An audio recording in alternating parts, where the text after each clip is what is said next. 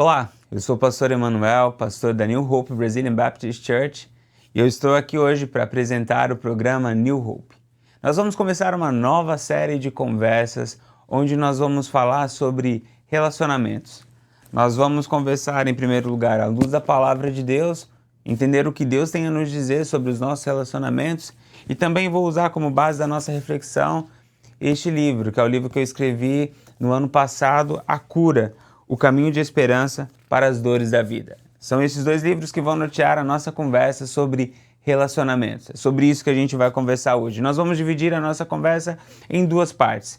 Neste primeiro momento, nós vamos entender um pouco mais sobre os relacionamentos e conflitos e qual é a vontade de Deus para como lidar com essas questões relacionadas a estes assuntos, relacionamento e conflitos. Na conversa da semana que vem, nós vamos ter como que um guia prático sobre como restaurar os relacionamentos. Eu quero começar essa conversa convidando você a trazer à sua mente um relacionamento que foi quebrado. Alguém que você caminhava junto, que você amava, que você tinha o desejo de estar perto, mas que hoje o sentimento é o contrário, é de repulsa, é o desejo de distanciamento. Eu quero que você traga essa pessoa na sua mente, porque nós vamos falar sobre este relacionamento, é sobre isso que nós vamos falar. O objetivo dessa fala, ele é tanto curativo como preventivo. Ele tem o objetivo de restaurar os que foram quebrados, como também prevenir novos desastres. Essa ação, é esse o foco da conversa de hoje. Bom, quando nós vamos falar sobre relacionamentos quebrados, a primeira coisa que precisa vir em nossa mente é a palavra conflitos. Porque quando nós falamos de relacionamentos quebrados, via de regra, nós falamos anteriormente de conflitos que aconteceram.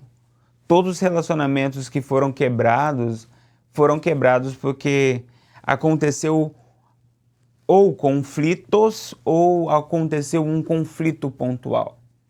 E quando nós vamos estudar essa questão de conflitos, nós descobrimos que existem várias categorias na ciência que estuda conflitos, que chamamos de gestão de conflitos, mas os dois principais que eu quero trazer aqui são aqueles que chamamos de conflitos latentes e conflitos manifestos. Conflitos latentes são aqueles que acontecem apenas no nosso coração, na nossa mente, no nosso interior.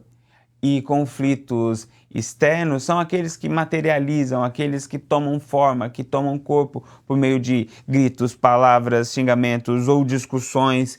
Enfim, existem essas duas categorias. Aqueles conflitos que acontecem apenas no campo do sentimento, dos pensamentos, da repulsa interna pelo outro, e o conflito manifesto, quando aquilo de fato chega para fora e toma corpo, toma forma. Todas as vezes que temos um relacionamento quebrado, nós temos conflitos. E você pode pensar assim, pastor, mas existem conflitos que separam, que dividem, mas existem divisões que acontecem sem que ocorra uma discussão sequer, uma troca de palavras sequer. Bom, não é porque não tem discussão, não é porque não tem briga que não tem conflito. Existem conflitos, como dito, como visto aqui, que são internos. E a Bíblia traz para nós um grande exemplo de um conflito interno que resultou em uma quebra de relacionamento permanente, definitiva. A Bíblia nos traz esse exemplo de um conflito latente que resultou em uma quebra definitiva de relacionamento. O conflito que faço menção aqui é o conflito entre Caim e Abel. Se você ler a Bíblia de Gênesis e Apocalipse, você não vai encontrar uma palavra sequer que Caim direcionou a Abel. Eles não tiveram uma discussão, eles não tiveram uma briga, mas não é porque não houve um conflito externo que não houve um conflito interno. Embora não houve discussão entre eles, Caim estava em crise, existia um conflito interno nele. E este conflito interno não foi resolvido, não foi tratado, e por conta disso, a separação, a cisão, a quebra do relacionamento foi estabelecida. Isso traz para nós já logo de início uma grande lição, que nem sempre a ausência de conversas de conflitos externos significa paz. Às vezes está tudo em silêncio ao nosso redor, mas dentro de nós existe uma guerra intensa que está matando, que está distanciando, está quebrando. É a realidade da Guerra Fria. Eu me lembro de uma vez que eu atendi em meu gabinete, estava eu e minha esposa, e um casal marcou um atendimento conosco. E quando chegaram, o marido estava bem, estava feliz, cumprimentando, sorrindo. E então oramos e começamos o atendimento e a mulher pediu a palavra, a esposa pediu a palavra. E ela então disse, eu chamei o pastor, chamei a esposa do pastor, chamei o meu marido aqui porque eu quero pedir o divórcio. Naquele momento nós e o marido também se assustou, porque a questão era que eles pareciam tão bem por fora, a gente via eles todos os domingos conosco na igreja e não tinha o marido falando, a gente não briga, a gente não tem problema entre nós. E ela disse, não dá mais. Quando nós deparamos com situações como essa, fica muito claro essa realidade que a presença do conflito ela traz a destruição de um relacionamento. Mas veja, não é determinante esta linha. Não é sempre que existe um conflito que o final vai ser a separação, vai ser a destruição. O que determina este final, se de fato vai acontecer a cisão, a quebra, ou se vai ter uma restauração e um fortalecimento do relacionamento, é como nós lidamos com o conflito. E este é o ponto importante que a palavra de Deus nos ensina. A palavra de Deus nos ensina como lidar com os conflitos, sejam eles externos ou sejam internos, para que a gente possa ter saúde nos nossos relacionamentos e para que a gente possa curar aqueles que estão enfermos, aqueles relacionamentos que foram quebrados. Para que a gente trate esses relacionamentos, um ponto que é crucial é nós questionarmos a origem do conflito. Questionarmos de onde ele vem e não apenas isso, o que aconteceu, quem está envolvido, como foi, por que foi. Essas perguntas vão nos ajudar a mapear o nosso conflito, mapear o que aconteceu. E isso é importante. Fazer isso de uma maneira muito racional, sincera, honesta. Mas existe uma pergunta que nós não podemos deixar de lado nessa nossa conversa sobre o conflito. O que Deus quer para o nosso relacionamento? O que Deus quer para o seu relacionamento com a tua esposa? O que Deus quer para este relacionamento com o seu irmão dentro de sua igreja? O que Deus quer para o seu relacionamento com o pastor, com o relacionamento, você que é pastor, com o irmão da sua igreja? O relacionamento entre seu familiar e você? Essa é uma pergunta crucial. O que Deus quer para você? Bom, e para ajudar a responder essa pergunta, eu trouxe aqui alguns versículos. E eu quero ler esses versículos com você, que ele vai mostrar um pouco do que Deus quer para a nossa vida nessa área, na resolução dos nossos conflitos. Primeiro texto, Romanos capítulo 12, verso 18. Façam tudo o possível para viver em paz com todos. Depois, Mateus capítulo 5, verso 23 e 24.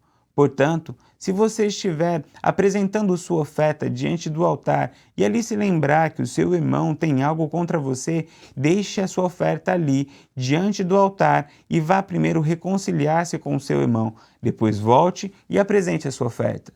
Depois, Hebreus capítulo 12, verso 14 e verso 15. Esforcem-se para viver em paz com todos e para serem santos. Sem santidade ninguém verá o Senhor.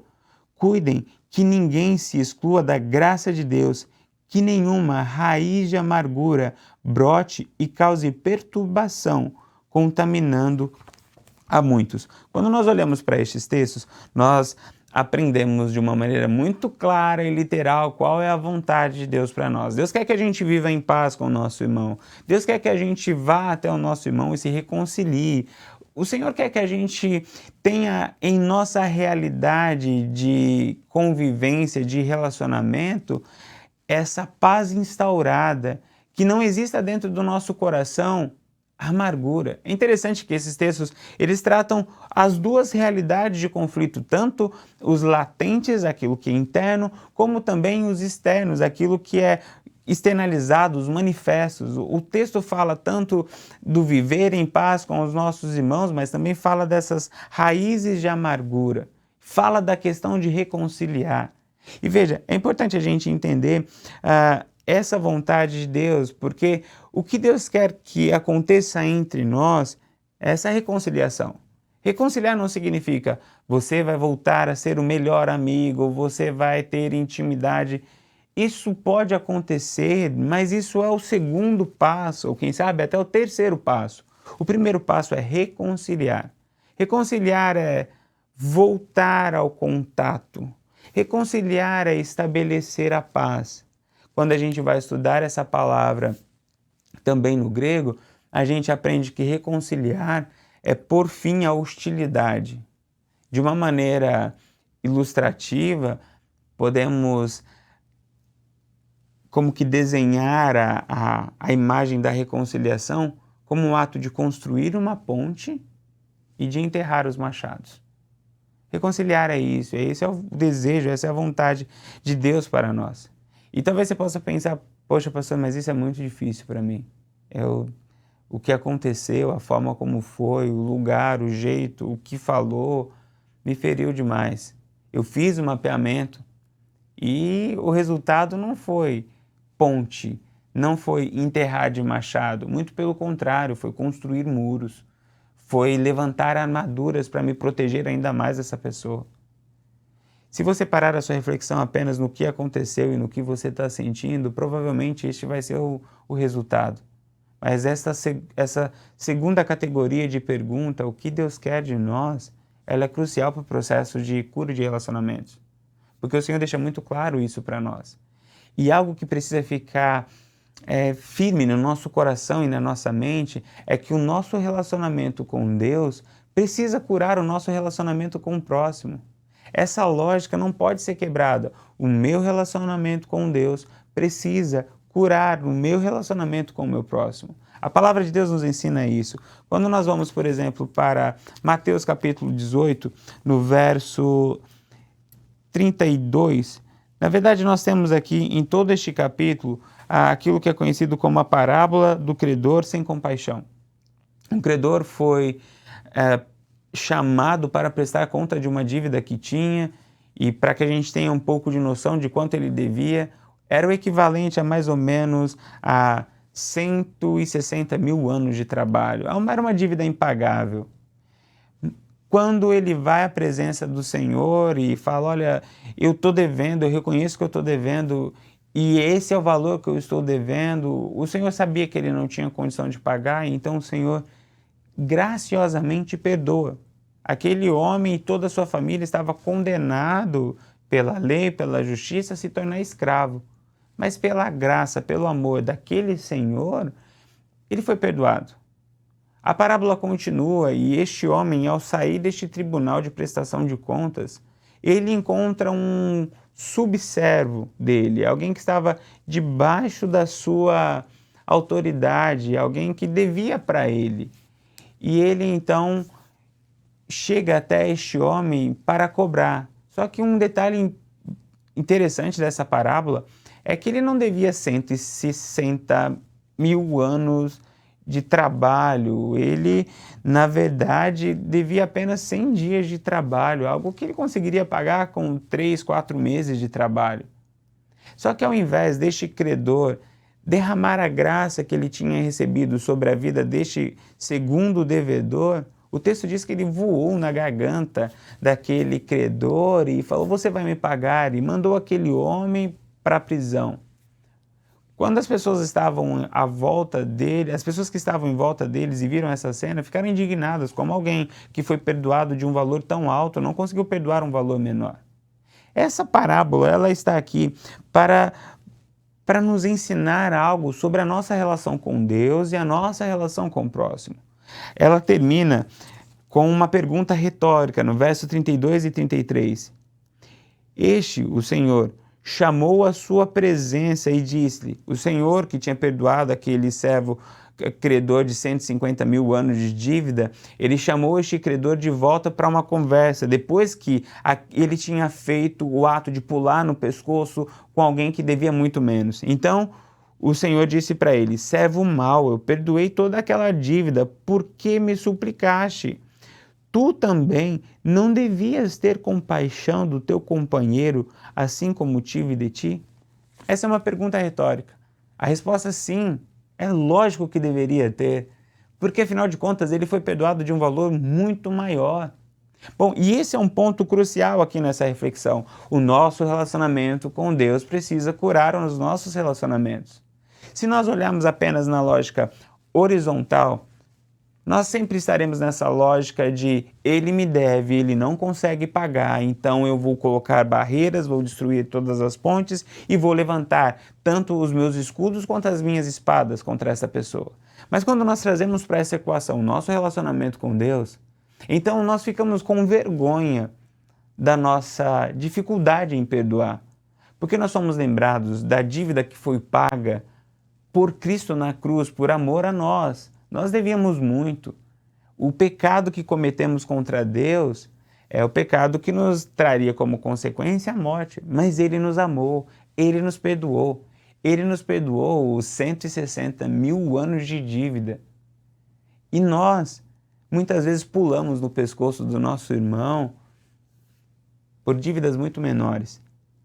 Quando nós olhamos para a palavra de Deus e o que ela nos traz, o que ela nos ensina sobre relacionamentos, é isso. Existem conflitos. Os conflitos estão aí.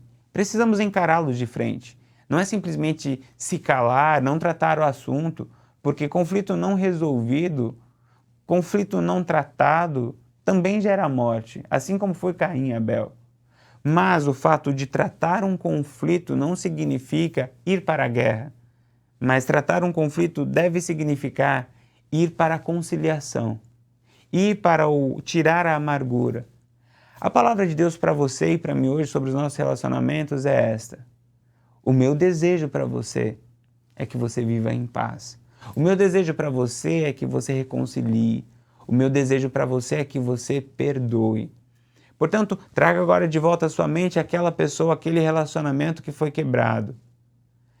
A vontade de Deus para você é a reconciliação. Nos nossos próximos encontros, nós vamos falar um pouco sobre o porquê dessa reconciliação e vamos falar também sobre como criar essa ponte de reconciliação. Mas, por ora, a minha palavra para você e a minha motivação é: deixe esta fala do Senhor encontrar lugar no teu coração e repense sobre isso, repense sobre a realidade que você está vivendo, porque eu creio que este é o começo do processo de cura para os relacionamentos. Que Deus abençoe a sua vida, que Deus abençoe os seus relacionamentos. Essa oração que eu faço para você, ao Senhor, neste nosso programa. Que Deus abençoe.